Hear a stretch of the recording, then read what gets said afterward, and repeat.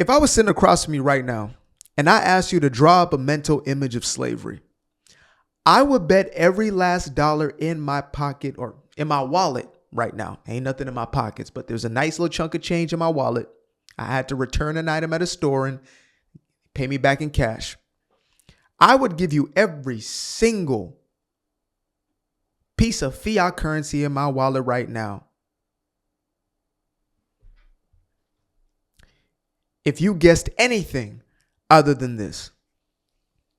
Slavery is an African, black African, being stolen from their homeland, transported over waters, and sold to a white Southerner in America. Now, how do I know this? Likely because I am the Negrodamus himself. I can see into the future. I can see into your mind. Well, that's option one. Option two is because we have literally been programmed, conditioned, brainwashed into believing that not only was this the only version of slavery that has existed, but it is the worst form of slavery. No other form of slavery has been as terrible as the one that was faced within the Americas. There has not been a recent event of slavery that has taken place after that. Well, guess what? That's absolute and utter BS. As a matter of fact, there is slavery currently taking place right here, right now. Well, at least maybe not right here. Yeah, not right here, but right now across the planet. And it is as horrifying, it is as tragic as any form of slavery. Antebellum slavery in America was a horror. And so was every other form of slavery. And there's this idea that's sold to us that, this distinct version was just unlike any other. Nobody was worse than the white man in America. So this was a subject I was going to bring up at some point. Hopefully was going to record this week. Sometimes I have ideas that I want to expound upon. But today I'm reading through the old Black Rednecks and White Liberals by Thomas Sowell. And tell me why I come across a chapter titled, wait for it, The Real History of Slavery. And so I thought this is my sign. We should go ahead and just get into this. Stop stalling. So let me go ahead and read a passage out of this, and then we're going to get into a deeper dive into, the realities of a slavery that is oftentimes not talked about, and I feel like should be. So this reads, slavery was an evil of greater scope and magnitude than most people imagine. And as a result, its place in history is radically different from the way it is usually portrayed. Mention slavery, and immediately the image that arises is that of Africans and their descendants enslaved by Europeans, the white man, and their descendants in the Southern Americas, also the white man. Or at most, Africans enslaved by Europeans in the Western Hemisphere, the white man. No other historic horror is so narrowly constructed. No one thinks of war, famine, or disseminating epidemics in such localized terms. These are afflictions that have been suffered by the entire human race all over the planet. And so was slavery. Had slavery been limited to one race in one country during these 3 centuries, its tragedies would not have been 1/10 of the magnitude that they were in fact. So, how do we get to a place where you and I, individuals who do our best to educate ourselves and to understand things at a deeper level than just the mere surface, how do we get to a place where we still have an image in our head that slavery is a uniquely American experience? We got there because essentially we have been programmed and conditioned by this liberal ideology to do exactly that. Because if it's white, it ain't right. It's essentially it. Because it is Eurocentric, because it is Western, it is seen as the greatest evil. To hell with the fact that there are Eastern practices that still allow for slavery today within their own religious doctrine as well as their own governing laws. To hell with that. To hell with the fact that America, or the United States of America, as well as the United Kingdom, were the first 2 nations, these so-called white nations, They were the first two nations to abolish slavery and to essentially war over the subject, more specifically in America. There was a little known war called the Civil War, where white people fought other white people. And obviously there were black folk within these armies, within the Union. But white folks fought white folks in order to abolish a system known as slavery. So that's not actually the fixation of today's subject. What I want to get into is the Arab slave trade. And I did a video, I think maybe a week or two ago, where I was basically, I was doing my best to tell the truth about what the hell is going on within Islam, right? That it is still legal. And I didn't have to do too much because honestly, their own imams and, I guess high priests and things of that nature, they said it straight up. Well, it says it in our book. It says it in our law. Therefore, it is okay. The reason we do not outlaw slavery is because it's there. It's in our rules. We have to do it. Allah knows best. Therefore, slavery is okay. And so I want to bring this video up, and then we're going to get into a more long form version, which is also from our brother, Dr. Thomas Sowell. Put some respect on his name. But I want to start with this just as an introduction for us into a subject that I feel like is not talked about enough. And we'll see where this goes. Thousands of Americans were enslaved during the Arab slave trade. In the early 1800s, Americans were being kidnapped off ships and forced into slavery. Thomas Jefferson was confused because America wasn't at war with the Middle East. They scheduled a meeting with the ambassador of Tripoli to ask why they were doing this. He said the Americans were infidels for not being Muslim and said it was their duty to make them slaves. Jefferson was so disturbed by that meeting that he went back to the United States, assembled the Marine Corps, and launched the first international invasion of the United States. And it resulted in the siege of Tripoli and made it so that it was illegal to enslave Americans. Kind of wild that the first war the United States fought on the international level isn't really taught in schools. Now follow me for more content. Interesting, to say the least.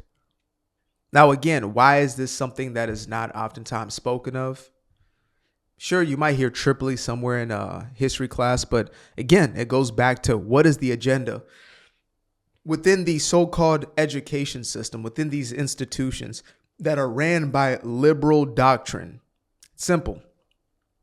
It's because if it is westernized and it is essentially shining a positive light on Western ideology, it is seen as it doesn't necessarily fulfill the agenda that they're looking to push to these students, right? They need them radicalized, not for their nation's sake or not for the sake of the very ideology that has allowed for them to be where they currently are with the privileges that they currently have, but instead they look to dismantle all of that. It's simply based on what they want to push as a narrative. And the narrative for the liberal, the so-called progressive, is to dismantle and destroy anything Western, anything white. Just say it as it is. If it's white, it ain't I. So let's get into this video. It's a longer form video. I don't know how much of this we can get through with the time that we have today, but I'm going to do my best just to let this play out. This is going to be an educational series as much as, an opinion piece. So without further ado, let's get into it. Excerpt from Conquests and Culture. Slavery was not unique by brother Dr. Thomas Sowell. Put some respect on his name. To Africa or Africans, but was in fact common on every inhabited continent for thousands of years. As recently as the 18th century, it existed in Eastern Europe, and it continued to exist in the Middle East after the Second World War. What was unusual about Africa was the magnitude of the trade in human beings within recent centuries. Within Africa itself, slaves were used for a wide variety of tasks and under a wide variety of social arrangements. The classic plantation slavery of the Western Hemisphere was much less common in sub-Saharan Africa, and some of the forms of slavery shaded off into paternalistic incorporation of slaves into extended kinship with the slave-owning family, leading some to question whether this should be classified as slavery. However, such paternalistic arrangements were at one end of a spectrum that included brutal subjugation and even using slaves as human sacrifices. In some parts of Africa, such as Egypt, the Sudan, and Zanzibar, Africans were in fact plantation slaves on a large scale. Even where they were not plantation slaves, however, they often nevertheless lived separately from the free population, rather than in the kinds of paternalistic domestic living arrangements that existed elsewhere. In these other non-domestic occupations, mortality rates could be very high, as in Tanganyika and Zaire. The proportions... I do just want to touch on something he said briefly. Is it not interesting how, again, we have plantations in much of Western Northern Africa, and yet it is as if the only people who were doing field work within the context of slavery was in America. Now, this is something that we can do a deeper dive into and probably a separate video, but it's this thing of we don't want to face, and I say this as a collective, as black folk or whoever else it may be, we don't want to face the reality that the reason why there were as many slaves sent over to the Western world, or I guess to the Western Hemisphere, to the Americas, is because there was already a thriving slave trade.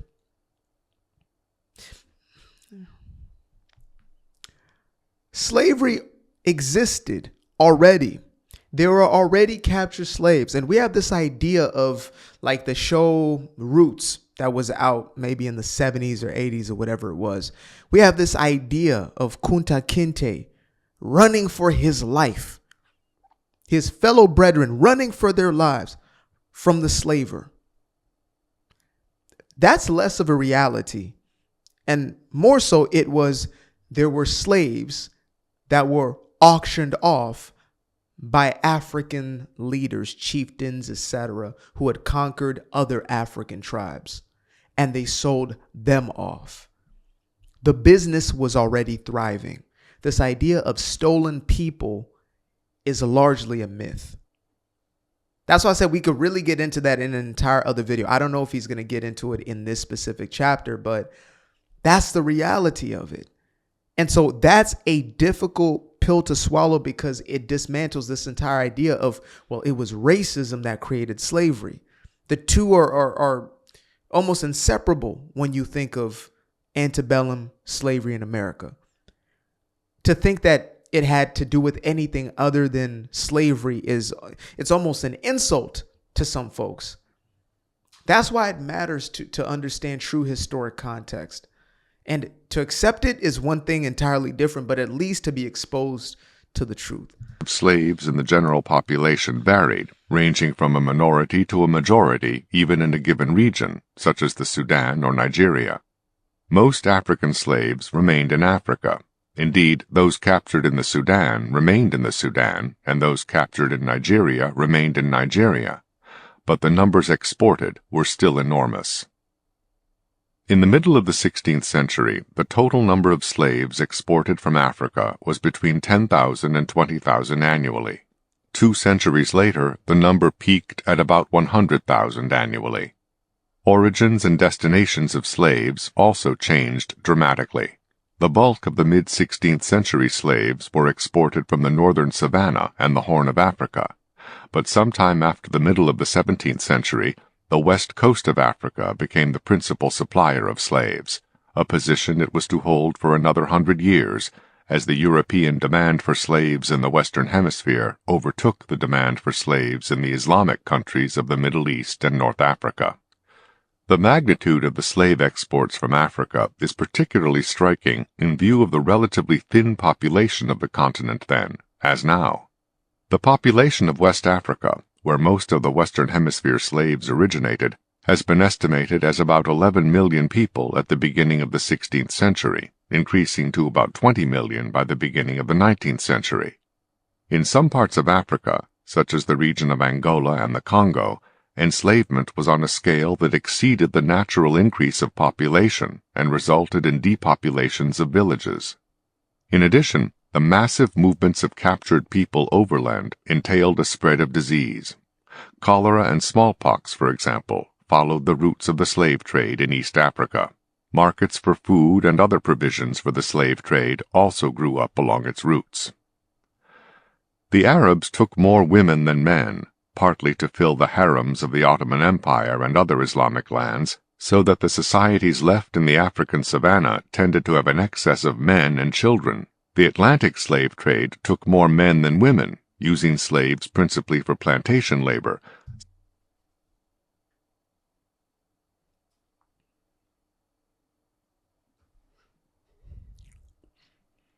Again, throughout human history, there has been conquest, and there have been conquerors who were more cruel than others, right? You can compare maybe a Genghis Khan to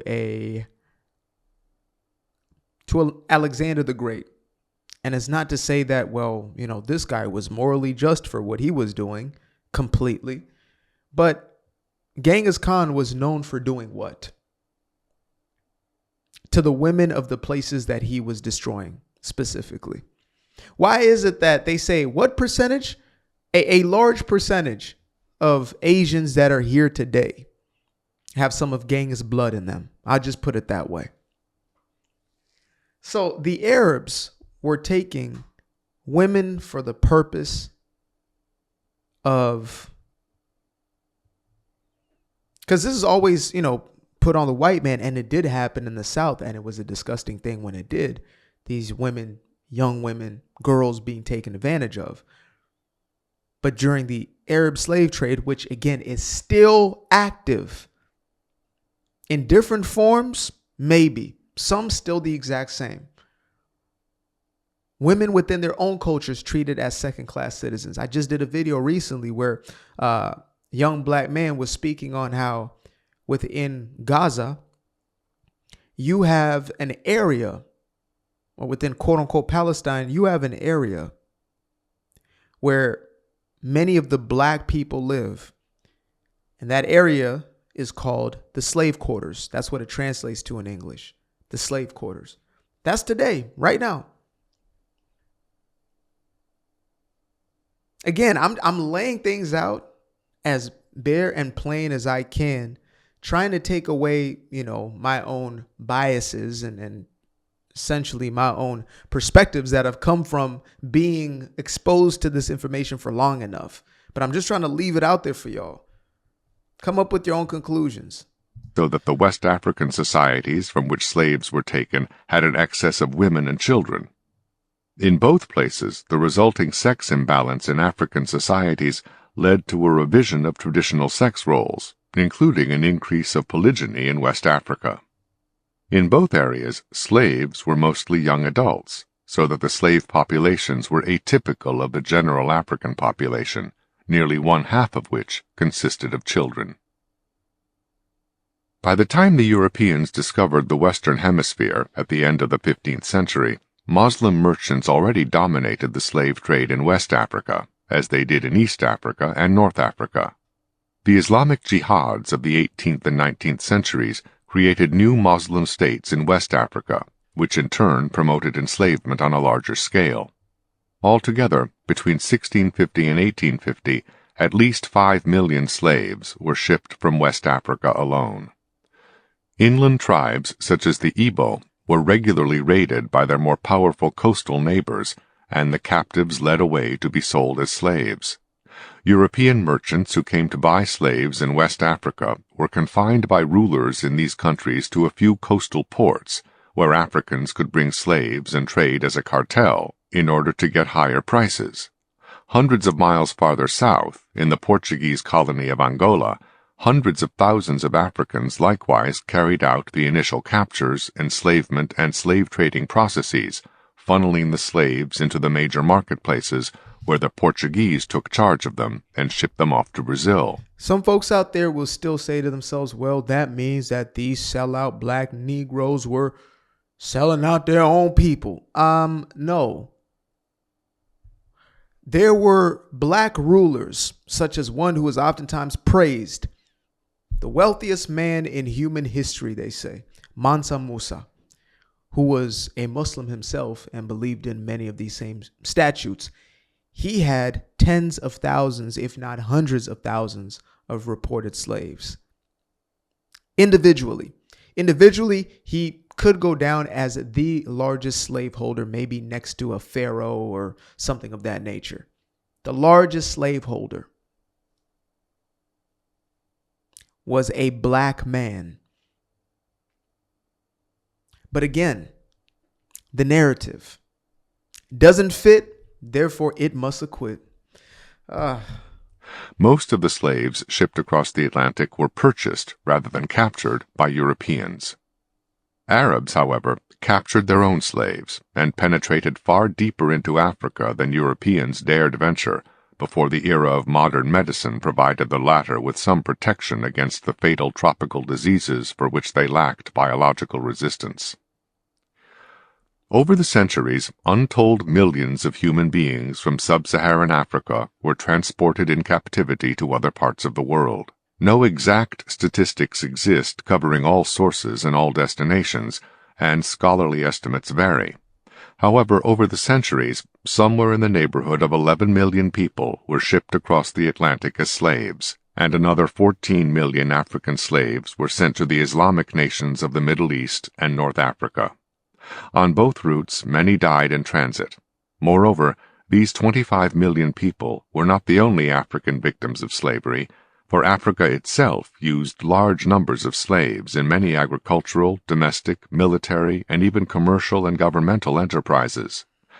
The sum total of all the human beings who fell victim to the institution of slavery will never be known, even for Africa, much less for the world in general. The ending of the slave trade was one of many European policies imposed upon Africa by the conquerors. This did not mean the immediate freeing of existing slaves. Simply stopping the trading of slaves was itself a monumental undertaking, lasting for at least a century. As for the freeing of existing slaves, resistance and evasion by Africans, and especially by Arabs, made this a much more protracted process in Africa and the Middle East than in the Western Hemisphere. The very phrases used in these different parts of the world reflect their very different histories. While emancipation was usually a specific event at a specific time in the countries of the Western Hemisphere, the decline of slavery was a much longer and more uneven process in Africa, where slaves were still widely held in the early decades of the 20th century. In some Islamic countries in Africa and the Middle East, slavery lasted even longer. Saudi Arabia, Mauritania, and the Sudan continued to hold slaves on past the middle of the 20th century. Mauritania officially abolished slavery in 1980, though its own government admitted that the practice continued nevertheless.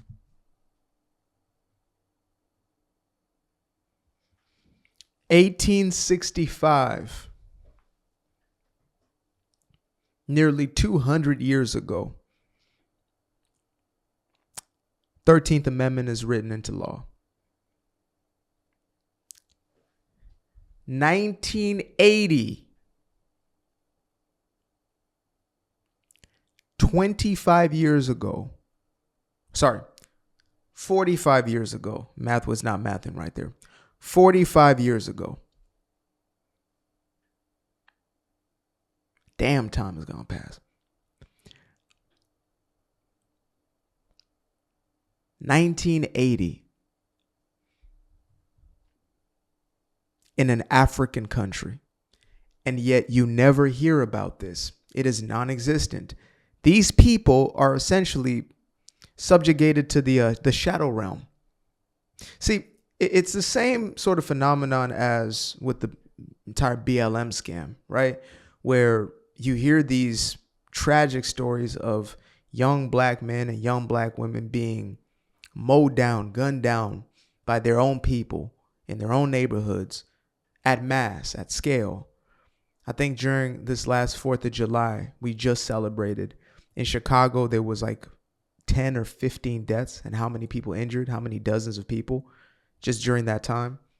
Not a single squeal from the so-called Black Lives Matter movement, because it doesn't fit the narrative. There's no white man to point to. Therefore, there's no money to be made. So we have about, a minute left of this video. So I'm going to just go ahead and let this play out. I appreciate y'all for tuning in. But again, we continue to educate ourselves. You know, if you're the only person in your entire immediate circle who is willing to do so, then do so. For nobody's sake, but, you know, your own and the ones that you're going to be responsible for, if nobody else. Or maybe, just maybe, you have an opportunity to speak to the people around you and help to open their own eyes. Indeed, Mauritanian government officials themselves have been implicated, and more than a decade later, 30,000 black Africans were still being held as slaves in Mauritania, often under brutal conditions. On a smaller scale, slavery persisted in some other African countries on the eve of the 21st century.